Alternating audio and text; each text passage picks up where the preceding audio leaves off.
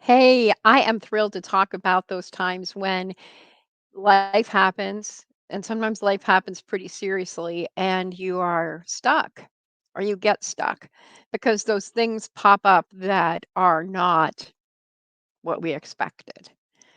Uh, as people who are creatives, oftentimes we have definite visions, definite goals, definite projects we're working on, like me. I chronically or enjoyedly work on many, many, many projects simultaneously. That's how I operate the best, is to have more than one thing happening at one time. The challenge has come, as many of you know, that I've had a lot of life happen. Uh, it's been kind of like when I think about my life, Samuel graduating from high school was a huge, wonderful thing for me because then I thought, finally, I'll have freedom. And then he graduated from high school, went off to college, and I was hospitalized with valley fever, chronic illness, nearly died. And then right after that, I recovered. And then right after that, we went into COVID. And then we were during the COVID early pandemic phase. And then, right in the midst of that, or actually a year into that phase, my father died in April 2021. Which was horrible and very sad and very hard. And then I got into caretaking and was taking care of my mom and helping my mom through that transition of selling her house, moving out of her house, helping to empty the house, and negotiating with my siblings. And it's like, oh, yeah, that's right. I have a business. Oh, yes, I'm a creativity coach. Oh, yes, I'm a creative life midwife. Oh, yes, I'm a writer with all these projects. Oh, yes, I have courses that I'm developing. Oh, yes, I have programs I'm developing.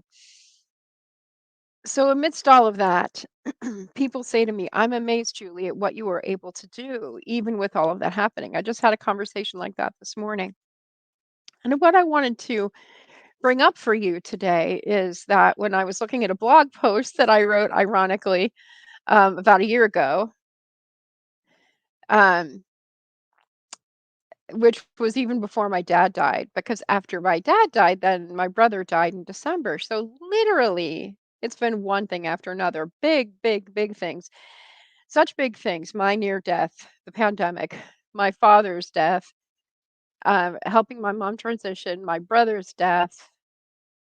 It's like each and all of these would have been difficult on their own. And when you tie these together at the same time, I ought to be more self-compassionate. But I do have some simple ideas for you to follow in such a circumstance that when something big happens that is not on your bucket list, that you did not plan for, that you wished did not happen, there are things that you can do. And I'm going to talk about those. There's three of them that I'm going to talk about that maybe I should have mentioned right off the bat. Here's the thing. If you're watching on the replay and you'd like to make a comment, I would love that.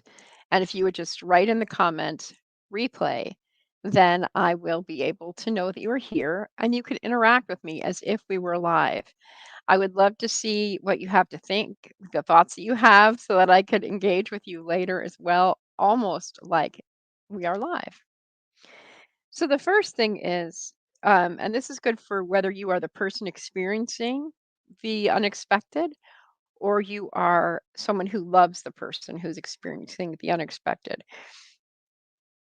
The first thing is to not ignore what is happening, be with the situation. So when I had my near death experience, I didn't pretend that I didn't have a near death experience. I stayed with it. When my father passed away, I didn't deny the fact that he passed away. I did leap into what I call Russian and rescue mode, which is something I need to be aware of. Russian and rescue mode is when you want to fix it, you want to be a helper. And I willingly let go of my projects while I was sitting in the dark. So one of the things that I do is I just get used to being in the dark. and I'm quite comfortable with being in the dark from all of my many experiences. But one of the things that people tend to do is other people want to rush in and rescue, or they're uncomfortable with all of this bigness, and so they kind of stop talking to you. Anyone out there have that happen? Now, I am one who has some severe abandonment issues. So when people stop talking to me, I get my wound is deep when that happens. My wound is deep and wide. And in some cases, that wound doesn't heal and it causes a long rift. I'm thinking about one person in particular who was good at healing this rift when she very vulnerably apologized after my daughter died. The anniversary of that is 32 years tomorrow. That after my daughter died, she didn't come to the funeral even though she was nearby, and she had a really hard time reaching out to me. And it was about 6 months later that she apologized. And the thing was, I wasn't upset with her because I know this is a really difficult thing for other people. And you know, I was grateful that she was willing to speak to it at all, and I had not thought about that in years. But sometimes when we say, the griever, the person experiencing the hardship, when they say, "Leave me alone," what we're actually saying is, "Don't try to fix me." Because sometimes when you are a person who is used to solving problems, then you try to get on board fully with a person who is wanting to rush in and rescue you. I don't even know if this is making sense. I'll probably spend time writing on this because the pieces are starting to download as I speak, which is one of the reasons why live streaming is so great. Because as you are speaking, you may be able to solve things that you hadn't even thought were there. The download comes, just like sometimes the download comes when we write. I'd like to welcome you. I know some people are here. I don't know who is here, but I'm glad that you're here. If you'd like to make a comment and let me know who you are, then that'd be great because then I can engage you by name. So, anyway, thank you for watching. So if you are someone who wants to come alongside someone whose whose bucket list items are way off course because of something that's happened, uh, right, exactly. We need space, and sometimes one of the best things that I have found for people to do when my life goes way off course is to literally stay with me, stay close, but don't what's the word? Don't encroach on my it sounds like don't encroach on my space. And even I'm thinking of funerals when people literally like were way back in the sanctuary and I was like, I want people close to me. I just don't want them to, yeah, I don't want them to smother. Exactly. Thank you for that word. So one of the things that I do now when people I know that have circumstances happen in their lives is I tend to be with the person who reaches out quite a bit and quite regularly. I'm the one who checks in for months and months and months because I know what it's like to be on the other end when everybody else's life has gone back to normal. And I'm still there, like my bucket list, where did it go? How can I get back on course with my projects, with my plans, with my business? So getting comfortable at being with what is, getting used to the dark. Um, don't aim to fix stuff right away because it's best if you stay present to what is rather than pretending it away or rushing in and rescuing. Um, One of the notes that I wrote for people who show up, people who are brave enough to be with you in these times, thank God for those people. I wrote this note: don't try to fix this for me, instead, be in it with me. So don't smother me with your fixing, be with me in the situation. Just be. You don't have to do anything. I would say, please breathe with me. After my brother died, that's something I said a lot. I really wanted people to breathe with me. And somehow saying, will you please breathe with me? People got it, that it was just like, be with me, be present with me. The other second thing is to trust. that this circumstance that has taken you off course for your bucket list, this circumstance will not last forever. Even as I list all of those things that have happened sequentially in my life in the last couple of years, it has not stayed at the same height infinitely. And the more that we trust that it's like a cycle, like the and even, the way that life is, the way that the planet is, the way that our creator made this world we live in, every 24 hours we have another day, and we know that the sun will always rise, the sun will always set. The leaves will fall off the trees, the leaves will go into the ground and become soil. It's a beautiful metaphor that we can remember. One of the things that goes along with this trusting is if you have a container already for a creative or spiritual practice that you can continue to do no matter what happens, will be a lifesaver, a sanity saver, and will help to get you back on course and will help you get back into whatever that bucket list item is that you had to leave by the wayside while you were taking care of yourself and maybe taking care of other people. I have a quote from Elizabeth Gilbert that I read in the book Atlas of the Heart. I've been reading this book for a couple of weeks, taking it slowly because it's there's so much goodness in it. But Elizabeth Gilbert said, "Grief does not obey your plans or your wishes. Grief will do whatever it wants to you, whenever it wants to. And in that regard, grief has a lot in common with love." Yes, it holds space for me. Absolutely holds space with me. Grief has a lot in common with love and that need for that desire to be with me.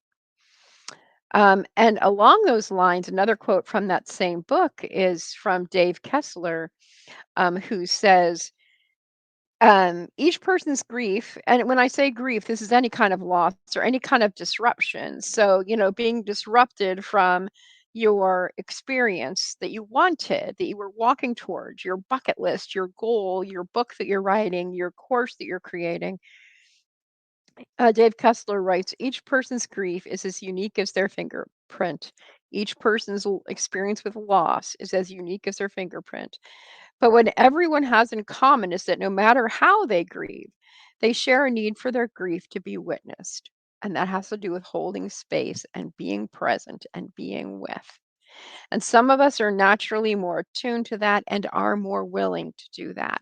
And I think, what would the world be like if more of us were willing to be present and to be with people when they're experiencing this? And here's the fixing part from Brene Brown: that doesn't mean needing someone to try to lessen it or reframe it for them. The need is for someone to be fully present to the magnitude of their loss without trying to point out the silver lining.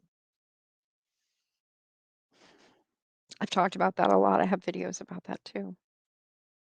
So far we've talked about being with what is, to trust that this experience you're having that took you off course will not last forever. It is finite. It will not roll over into all of your life, which is why it's good to have a spiritual practice, a container.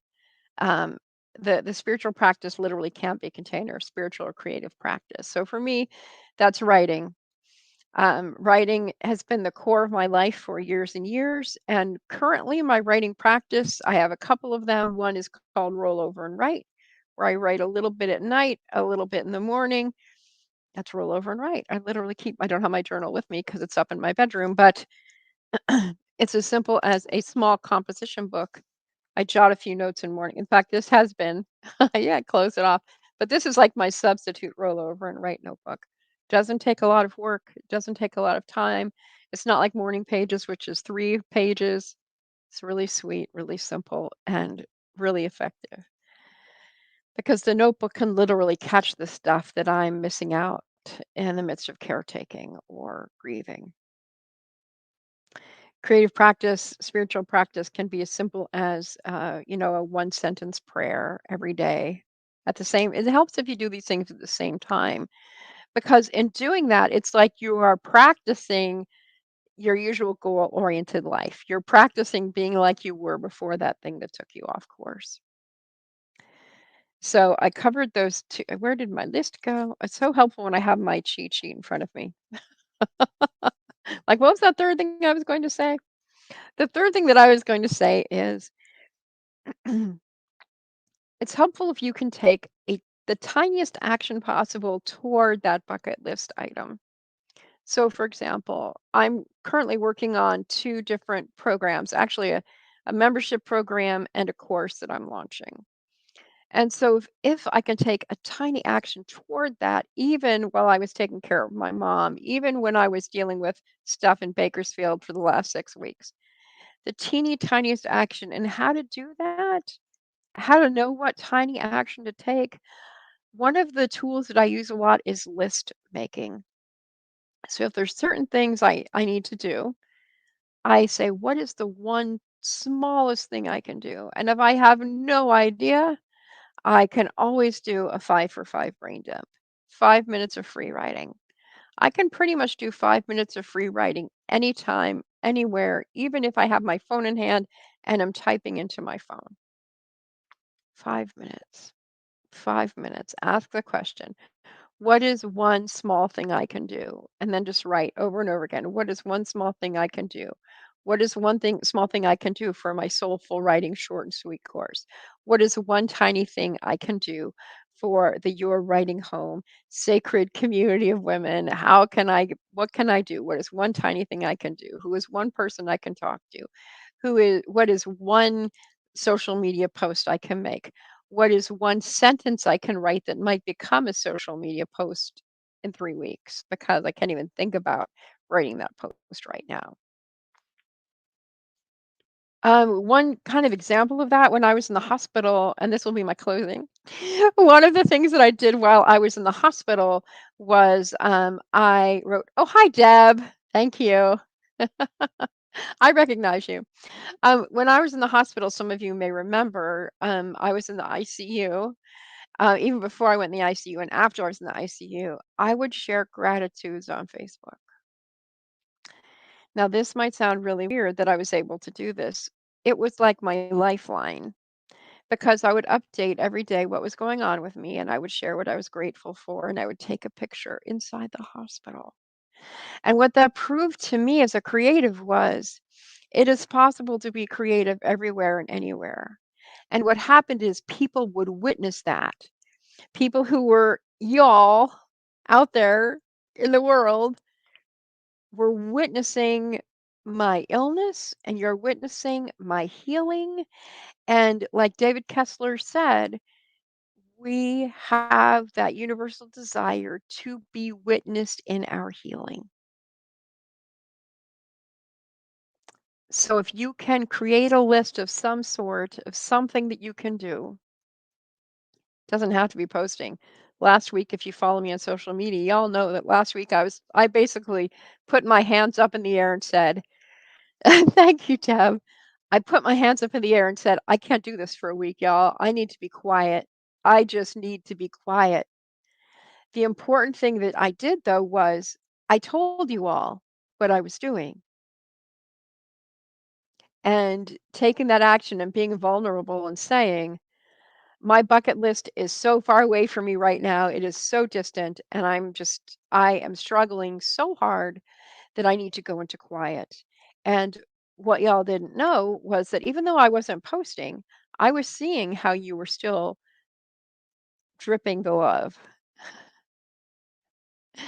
And when we are willing to be vulnerable and say, I can't even remember my bucket list. I can't even remember what the outside of it looks like. And when we're willing to do that, we serve as perhaps a better role model than when we are put on the mask and pretend it all away. So, and I always appreciate the connections and the healing prayers, Deb. Thank you. Thanks for saying that. So I hope you find this helpful. Those of you who are watching this on replay, I hope you find these ideas helpful because I would love nothing more than for those of us who start to feel so discouraged that we can feel better. When we feel discouraged, we can feel better by taking those simple steps of doing whatever small thing we can to be comfortable in the dark, that we can hold witness to ourselves, even if there's no one else there. If you can keep a spiritual creative practice going or start one, a simple one, even if it's just saying to yourself, I am grateful, I am breathing. And even like what I just did, naturally put my hand on my chest. And if you need help with any of these thoughts and you're not a part of the Let Our Words Flow creative community, we have all kinds of resources in there that many people probably don't even know about. But there are videos, there are prompts, you can reach out to me and I'll be glad to help in there. Whew. There are playlists. There's so much that you can get just by being in that community. And what just popped into my head, so I must supposed to be saying this, is that there is a reason why I have chosen, elected not to take this kind of work, the healing work, into a whole separate arena, is because I think that it's so important. I believe it is so important to keep us together, whether we are in a rough time or whether we are in a the sun is shining brightly on me time. Because the more we can interact, engage with the people who are um, doing great, and then we can engage with people who are struggling. When we can all be together in the soup called life, in this beautiful place that we are in, I think that's how we all get better. It's like I'm not going to say the metaphor I'm thinking because I can't remember how to say it right, so I just won't. I'll leave that on the side until next time. So if you didn't know, last month in January, I was part of a live streaming challenge and I failed miserably because of everything that was going on. So I'm now live streaming every day in for the month of February. So I will be here at Writing Camp with JJS, Let Our Words Flow Creative Community on LinkedIn on Sundays, Tuesdays, and Thursdays. I will be on Instagram on Wednesdays and Fridays. Um, I'll be in LinkedIn on Mondays because I'm doing specials on LinkedIn, and then I'll be on my personal Facebook page on Saturdays. So I'll be around doing live streams. If you have any topics you would specifically like me to cover, I would be happy to do that. Consider it your own live stream on demand. Otherwise, I'll continue to come up with topics on my own. What I found by going through my blog and going through um, so much of my live streams I'm done, but live streams I have done in the past, there's plenty to go by. Next Thursday, I will come in with some really cool announcements about things that are happening that I'm planning for this Let Our Words Flow creative community. Lots of plans for this group this month. So stand by. And lots of stuff happening now again with my business as I'm back in Sussex and I'm able to focus better. So thanks for watching. Thank you especially to Deb, who I know has been here for a long time, watching right along. I appreciate it. And if you're watching on the replay again, please comment as if you're live so that I can engage with you further there. Okay, thanks so much, and we will see you all very soon. Take care. Bye.